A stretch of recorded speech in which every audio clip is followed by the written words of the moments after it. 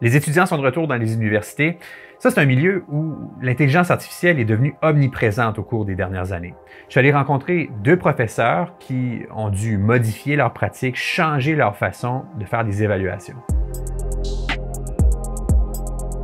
Au niveau de l'enseignement, l'intelligence artificielle a complètement bouleversé nos pratiques. Concrètement, moi, je ne peux plus vraiment donner de travaux écrits aux étudiants. C'est tout ce que je faisais avant.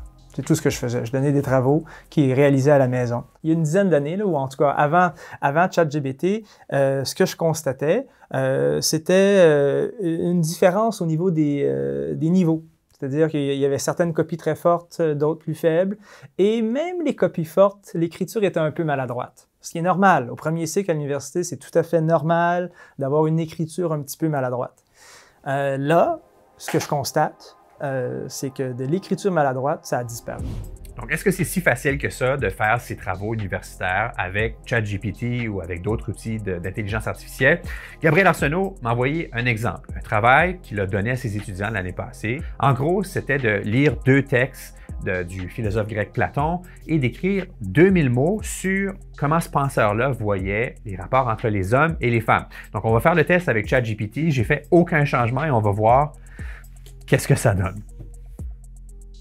Et ChatGPT est en train de m'écrire en direct une introduction. C'est pas moi qui écris, c'est ChatGPT qui le fait tout seul. Je vois pas de faute d'orthographe. ChatGPT cite quelles sont ses sources.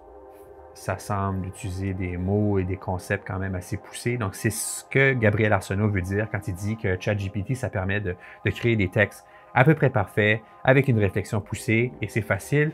Je connais pas cet outil-là, ou je l'ai presque jamais utilisé, et ChatGPT me permet de faire un devoir universitaire de calibre à peu près A+. C'est pour ça que ces profs-là essaient de s'adapter, parce que sinon, ben, c'est juste trop facile de faire des devoirs avec ça. Je ne peux plus donner de travaux à faire à la maison. Alors, qu'est-ce que je fais? Des examens sur table, des examens oraux, où là, les étudiants viennent à mon bureau, je leur pose des questions à l'oral, ils me répondent à l'oral. C'est impossible dans les grands groupes. Je ne peux pas faire venir 120 étudiants, un à la fois, dans mon bureau, mais dans les plus petits groupes, pour le moment, ça se passe bien. Là, s'il y avait une contestation de notes, ça serait compliqué parce qu'il n'y a pas de « j'enregistre pas ». C'est pas une solution qui est parfaite, là, mais pour le moment, moi, je m'en suis bien sorti, ça a bien fonctionné.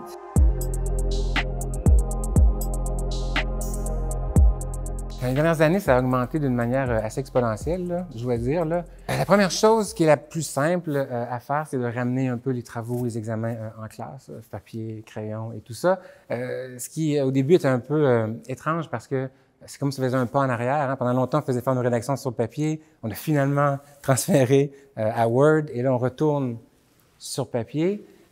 Mais ça offre d'autres possibilités par contre. Et c'est pas tout, il fait aussi de la segmentation. Donc avant, il aurait demandé aux étudiants d'écrire une rédaction, une dissertation sur un sujet et de lui présenter ça à l'écrit. Mais maintenant, ce qu'il fait, c'est qu'il segmente, il divise ça pour faire plusieurs évaluations en classe ou avec divers médiums. Et tout ce qu'on évaluait, c'est le produit final. Hein? On n'avait pas les différentes petites étapes. Mais comme ChatGPT peut faire ça en un instant, il faut trouver une autre façon de les faire réfléchir. Donc, une des façons de faire, c'est de découper la production du travail en plusieurs étapes. Par exemple, leur demander de manière écrite, bon, c'est quoi ton sujet de recherche? Donc, tu peux évaluer ça. Ensuite, un exposé oral de genre 2 minutes sur qu'est-ce que tu t'attends à faire pendant ta rédaction. Ensuite, proposition d'un plan sous forme PowerPoint, peut-être une petite vidéo fait à la maison. Et finalement, la rédaction complète qui pourrait être faite. Donc là, tu forces l'étudiant à réfléchir plusieurs fois au même sujet avec des médiums ou des façons de présenter différentes,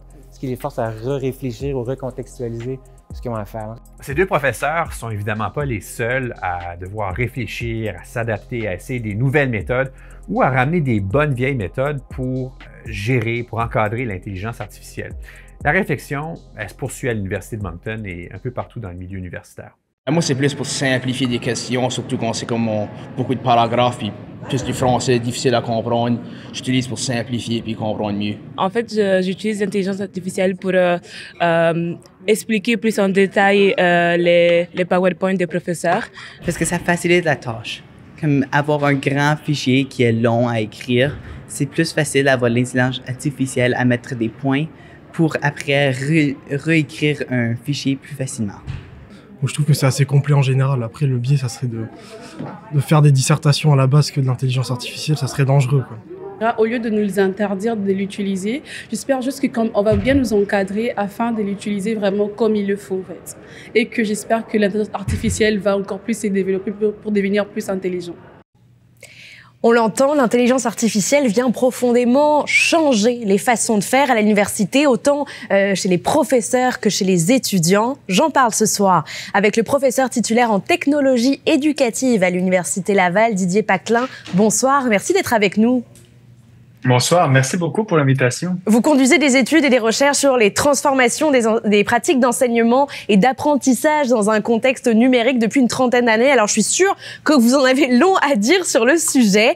Déjà, première question pour vous, comme on l'a entendu, revenir uniquement aux examens papier dans ce contexte, est-ce que c'est la solution?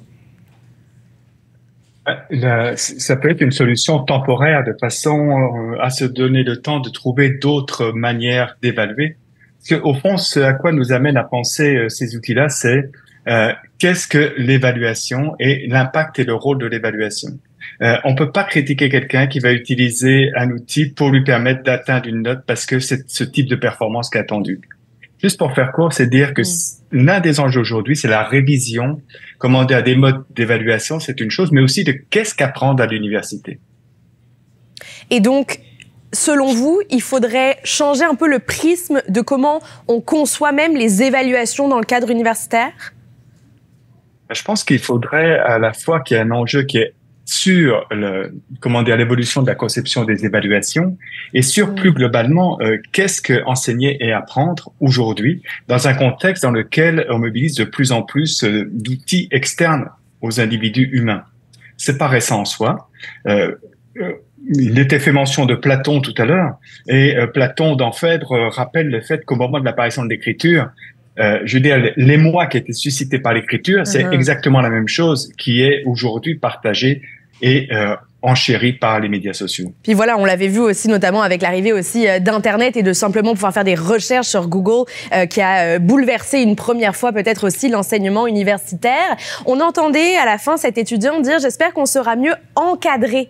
Selon vous, les professeurs à l'université doivent-ils aussi enseigner comment bien intégrer l'intelligence artificielle dans leur champ d'études? Je pense qu'il est de la responsabilité des différents acteurs qui accompagnent les étudiants et des étudiants eux-mêmes de développer de nouvelles pratiques et de prendre en compte, comment dire, des usages qui soient des usages raisonnés, raisonnables, bien sûr éthiques et responsables, mais l'enjeu dans tout ça, c'est comment apprendre avec les outils d'IA sans en dépendre. C'est-à-dire comment faire en sorte que ce n'est pas une prothèse, mais que c'est quelque chose qui m'aide à apprendre. Mais si un jour je ne l'ai plus à disposition, je continue à être capable de penser, de réfléchir, de développer un esprit critique. Et ça, que selon vous, comment concrètement ou dans quelle mesure on doit changer fondamentalement les plans de cours pour essayer un peu de changer cette façon de concevoir l'enseignement à l'université? Comment dire, les changements fondamentaux dans l'enseignement, c'est compliqué, ça. Ouais. Donc, on va y aller par une politique par petits pas. La politique par petits pas, c'est de revenir aux principes fondamentaux. Les principes fondamentaux à la fois au sens des valeurs universitaires. Pour moi, une université, c'est le développement de l'esprit critique, l'appréhension de la complexité, la capacité de vivre avec l'incertitude, d'être en capacité de créer des choses nouvelles et de collaborer. Et d'un point de vue de l'apprentissage, au fond, apprendre, qu'est-ce que c'est? C'est être en capacité de se mettre à un moment donné en difficulté pour prendre conscience que ce que je sais ne suffit pas. Et donc, c'est pas l'autre qui va m'aider. Bien sûr qu'il va m'aider temporairement, mais c'est moi qui dois être capable. Et c'est cette conscientisation-là. Et ce qui était dit dans le reportage, au fond, l'évaluation, aujourd'hui, elle doit porter peut-être davantage sur le processus de production d'un résultat que sur le résultat lui-même. Voilà, comme donc pas seulement sur le résultat de, par exemple, la dissertation, mais comment on y est parvenu. Donc, dans le fond, en terminant, pour vous, le problème, c'est pas forcément s'il y a eu tricherie ou pas, mais comment on parvient à faire ce produit final-là. La tricherie est un vrai faux débat. Okay. Puisque, je veux dire, la tricherie est documentée dans les annales scientifiques depuis 1904. Certaines études même rappellent que 30 à 80% des étudiants et étudiantes ont triché au moins une fois dans leur vie, etc. Donc, la question, c'est pas tant de la tricherie, la question, c'est comment je questionne, ce qu'on appelle développer l'art du questionnement, mais développer l'art critique du questionnement. Et d'accepter aussi, parce qu'il y a un enjeu, et l'enjeu majeur, je terminerai peut-être là-dessus, c'est d'accepter que pour tout ça, il faut du temps. Au fond, il y a une contradiction qui s'opère entre la rapidité de la réponse donnée par ces outils et le temps nécessaire à la maturation et à l'appropriation des réponses et à la discussion des réponses. D'autant plus que ça évolue constamment et à vitesse grand V aussi. Passionnant tout ça. Didier Paclin, je rappelle que vous êtes professeur titulaire en technologie éducative à l'Université Laval. Merci beaucoup pour ce petit aperçu de la réflexion autour de tout ça. Merci beaucoup.